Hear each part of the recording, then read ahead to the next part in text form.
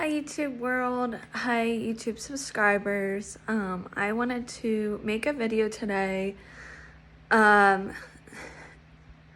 mainly for myself. I'm just gonna be honest, but I hope that this might help somebody else, or if you're one of my subscribers, that you enjoy this video as well. So I've just been going through a lot this past week. I was supposed to work last night, but I did get canceled. Due to COVID, we had a huge surge in all the Arizona hospitals, and most places, well, every hospital I know of, regardless if it was the one I worked at or other ones, we didn't have enough staff. So they recently at my job hired all these travel nurses under contract for like a month or whatever, or 2 months. And that was kind of when COVID has been kind of on the decline now in Arizona. So we got help, but it was, in my opinion, a little too late. And now they don't have enough patients for the regular staff. So I've been on call, I think like 2 weeks ago, and then this week I got canceled last night. But I was kind of relieved. Normally I'd probably be more mad or upset, but I was relieved because I had such a, in my opinion, such a like horrible week. So basically, what I wanted to talk about, and you might want to turn this video off if you don't like cats or whatever, but this might be helpful for you though still, in that I'm talking about grieving and I'm talking about death. So my cat just died this week. So So it was unexpected. We had this cat for 3 years, and I wanted to make this video because for some reason, like, talking about stuff like this helps me.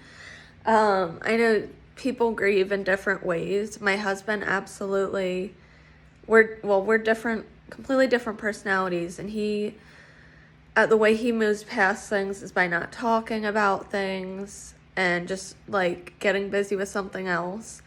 But for me, like, the way I feel better usually is just talking about what happened and like processing it and feeling it.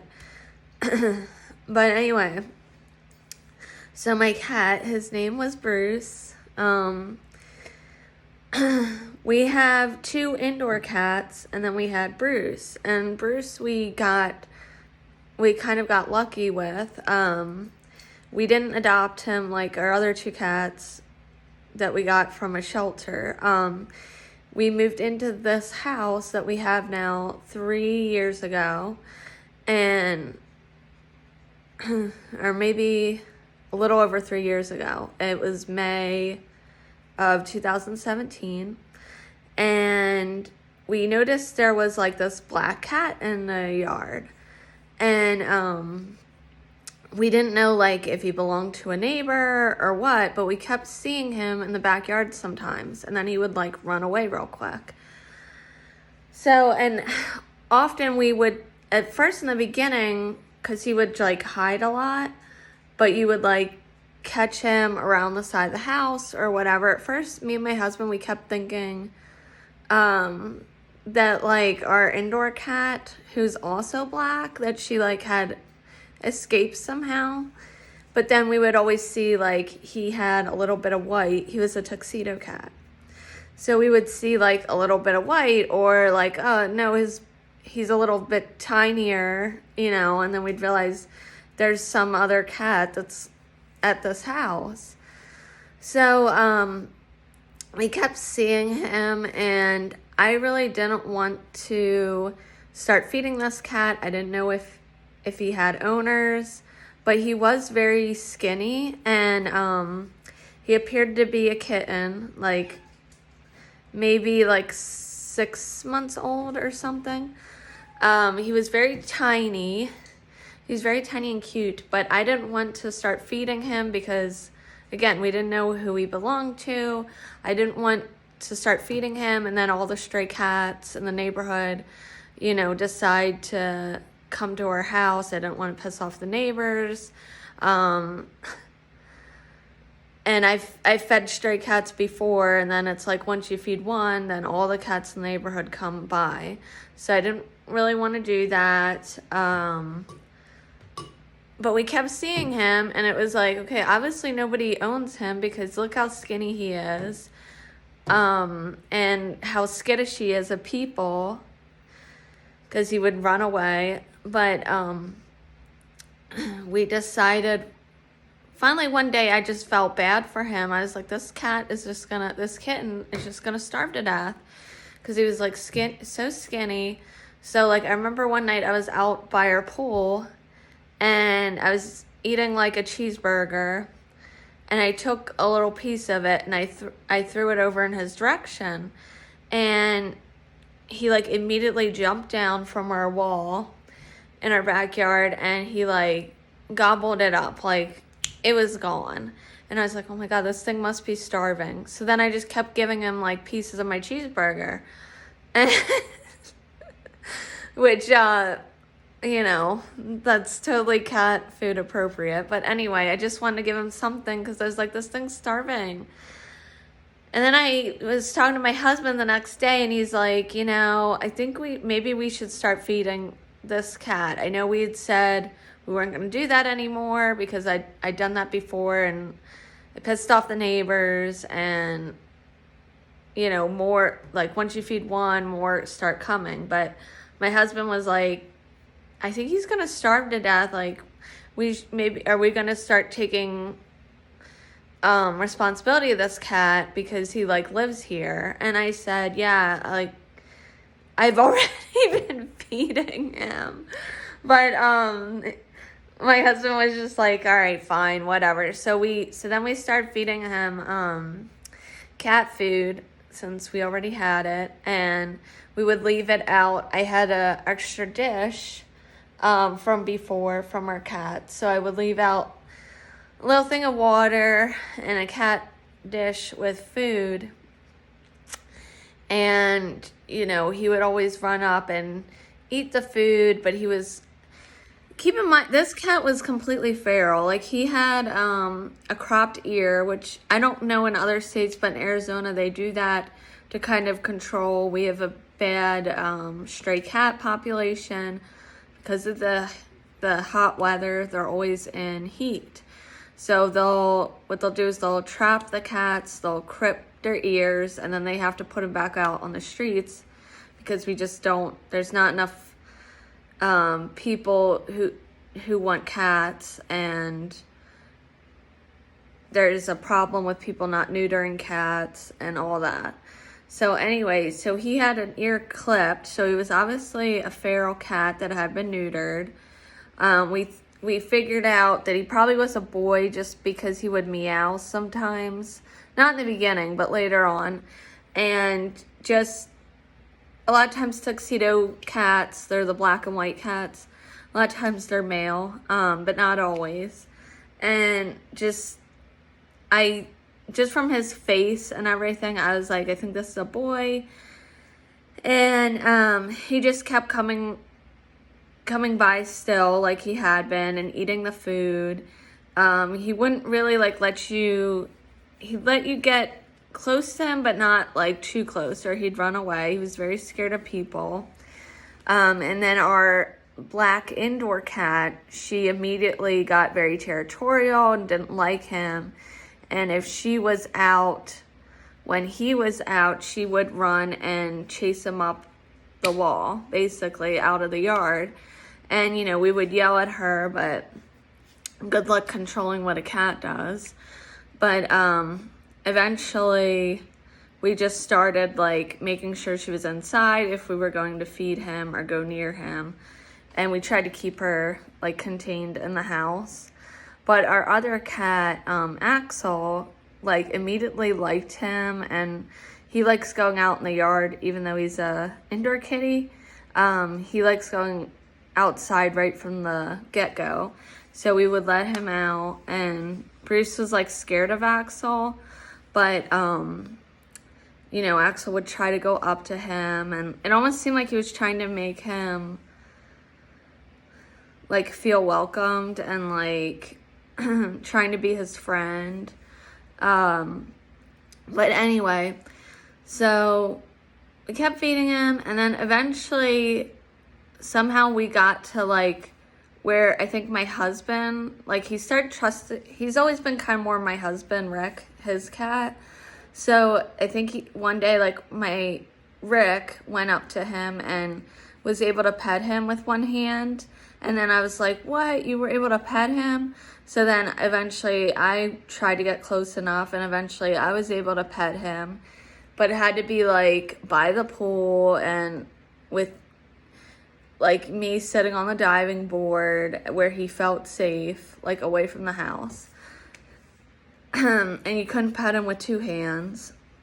They say that if a cat is not like handled by people within, I think, the first 6 months or something, that they'll never be handled. But that was not true with our cat. But like I said in the beginning, he was scared. He might have been like a little bit hissy even. I remembered if I was petting him for too long, he would start to kind of get freaked out, like, wait a second.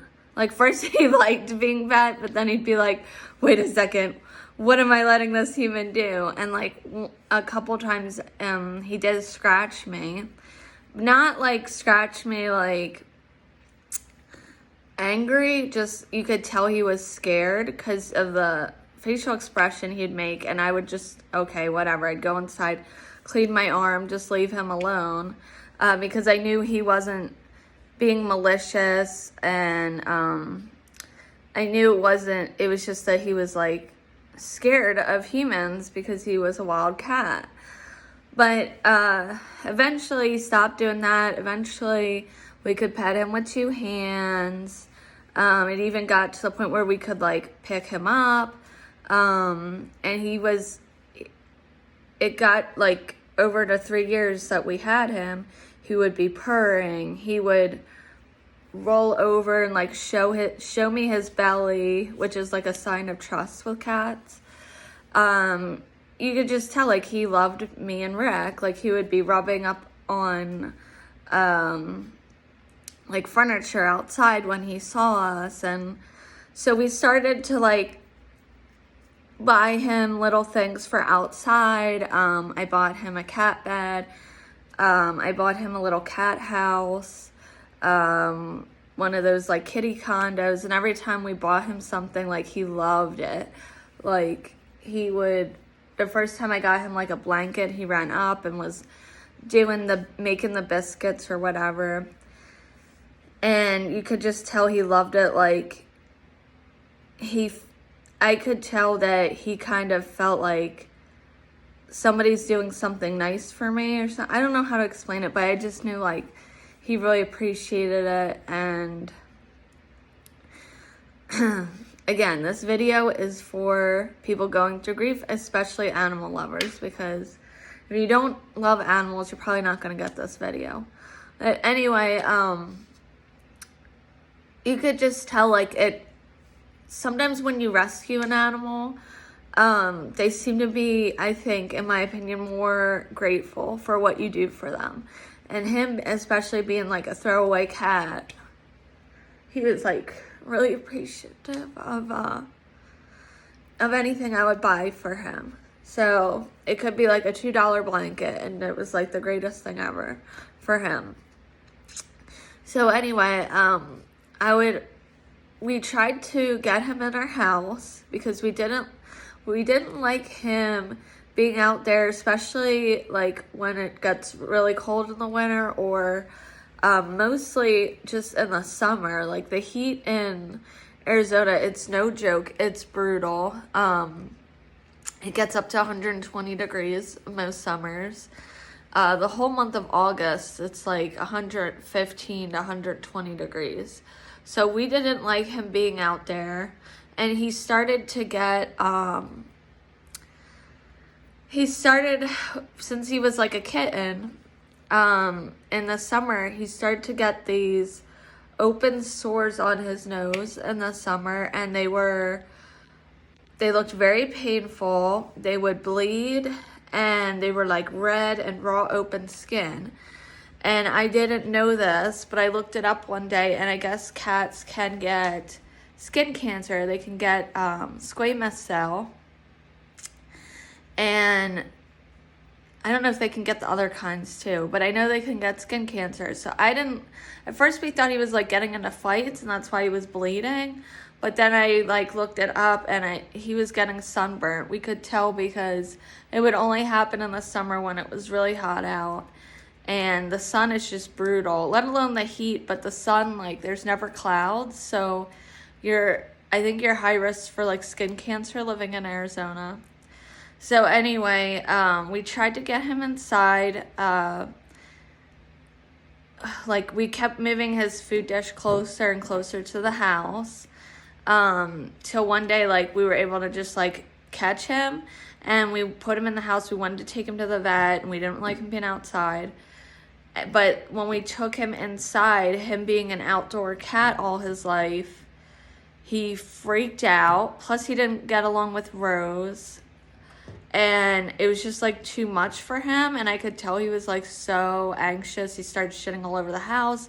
He was doing this horrible like cry, meow, and he was like climbing up the walls basically. So we put him back outside after like 15 minutes, and we're like, well, that was a horrible idea. I could tell he was like traumatized, and we both agreed, okay, we're not gonna do that again. If he wants to be an outdoor cat, we're going to let him be an outdoor cat. You can't force an animal to do something they don't want to.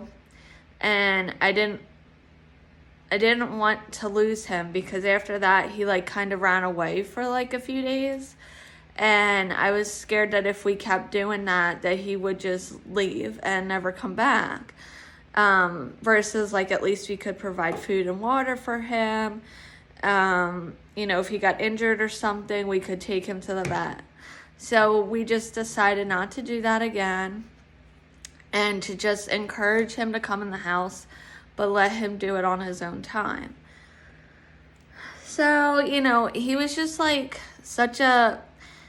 he was a good cat, and like I guess I had the special bond, and I think Rick did too, just being that it's a wild animal. They're not supposed to ever be tamed. And we basically almost like tamed this cat. Like I said, we could pick him up. Just me and Rick. I don't think other people could. But we could pick him up. He would always run up and like greet us out there. He just like loved us. And they say like, you can't do that. But guess what we did? So I just always had this like special affection for him. And I just liked having like an animal that was always in our backyard.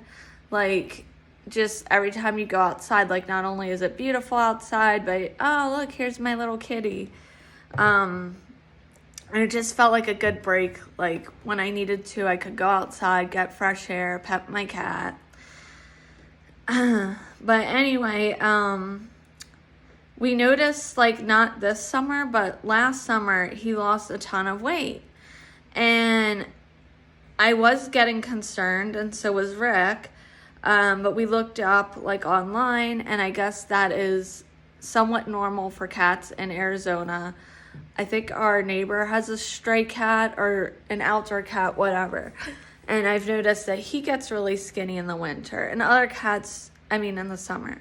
And other cats around here do too, just because it's so hot. It's kind of like your body goes into reverse hibernation in the summer here. So,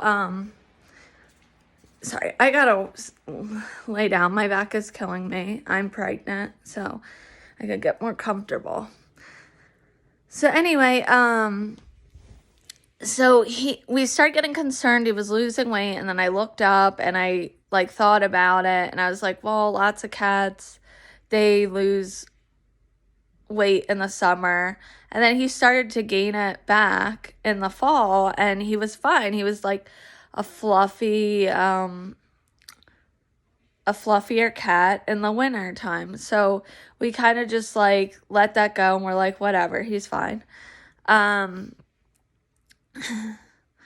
So we kept trying to get him inside. He wouldn't come inside, but then like this past year, he started like coming up more to the house.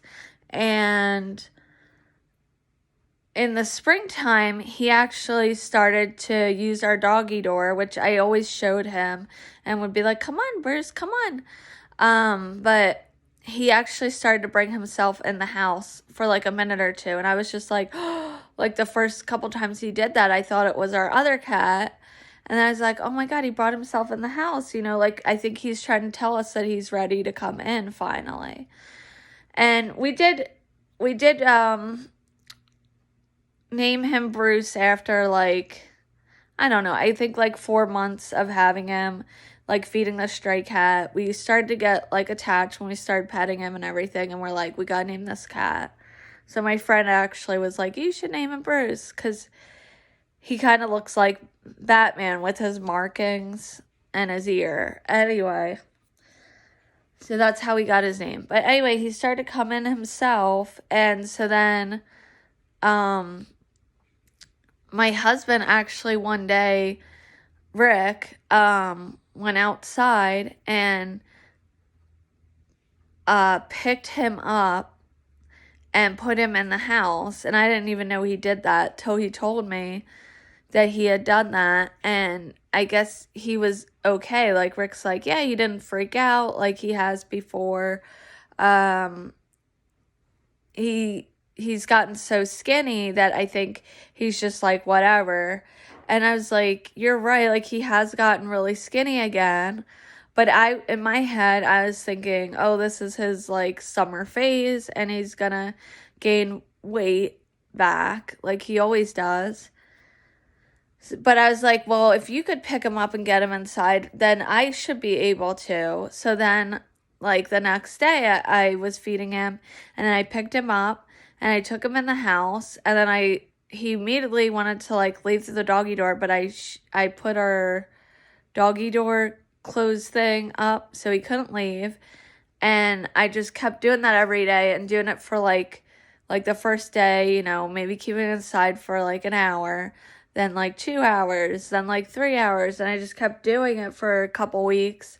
And then and I would keep Rose, I would put her in timeout if she did try to attack him. So, not attack him, but like intimidate him. She would corner him. So I would yell at her, and I'd pick her up and put her in a timeout in another room for a while. And then she would come out, and she wouldn't do it again till the next day. But so then one day, he just, I guess, I can't remember. I think we picked him up and put him inside. I don't remember, or he might have just let himself in. But he just stayed in the house, and he didn't want to leave. And we were perfectly fine with that. Like, we always did want him to be like an inside cat, if not at least an indoor-outdoor cat when it was like really hot out. So we kept feeding him. We were trying to get him to gain weight. He did, I think, start gaining a little bit, but it was like hard to tell. You know, he wouldn't sit on my scale so I could weigh him. But we started to realize after like a month, like he doesn't seem to be gaining weight as fast as he should be. And then we also started noticing little things. His pupils seemed to be like really dilated all the time, and he was very lethargic. So we were like, oh, he's kind of being like a zombie kitty, like ha ha ha. We had no idea, but looking back, I think he was in the process of starting to die. But I just thought, oh, he's been out in the sun too long, and, you know, maybe as he continues gaining weight, his pupils will go back to normal, and he'll start gaining weight. We just got to feed him more. So we started trying to feed him like wet food along with the dry food. But it just didn't make sense because our cats, we mostly only feed dry food because they're a little overweight. So, and I've heard wet food isn't always the best thing for cats, especially male cats. It can give them UTIs, is what I was told. So I only give it to them as a treat. But it did make sense because our other cats were like heavy and they were just eating dry food. And he had been heavier like in the winter time. And then I noticed like he was losing some fur and it looked like he had almost like moles or something on a couple areas near his like abdomen. And he had like these weird like brown like patches of skin that seemed like scabby. And I remember I looked up like something about the skin cancer again or something, and then I like shut it because I'm like, no, he can't have cancer.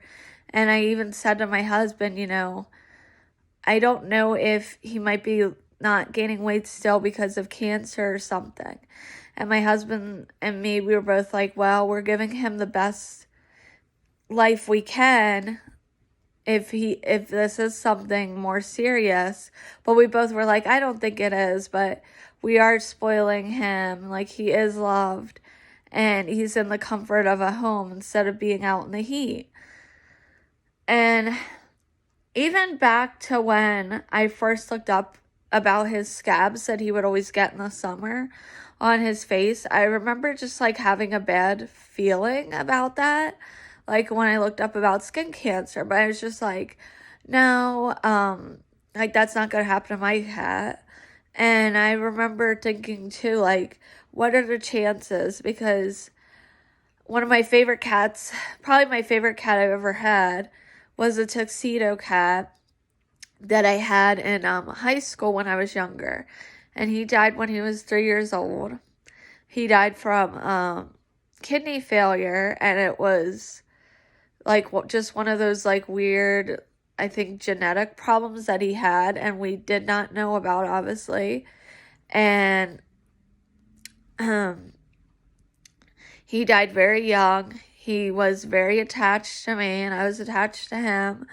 And we tried like doing all this treatment and putting him on a transplant list. Well, he died before he could even get near the transplant. And anyways, it was just like a horrible experience. And I was like, what are the chances that I'm going to have another tuxedo cat and he's going to die young? And he's a boy and he reminds me of this other cat.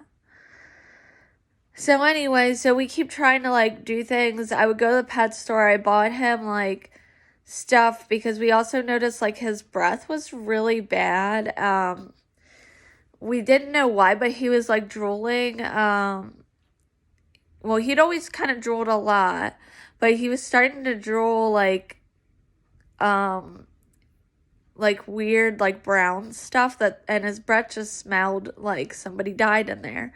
So I got him this like gel or whatever, and then I was getting him like high calorie paste that you might use for like an old cat or whatever that's losing weight. So we're trying all that, and then he's still seeming like he's starving to death, like he's skin and bones, and he's very skinny, like you could feel some of his bones, and he would well, when we first got him in the house, I noticed he was vomiting a little bit, but my other cats vomit all the time. Cats get hairballs.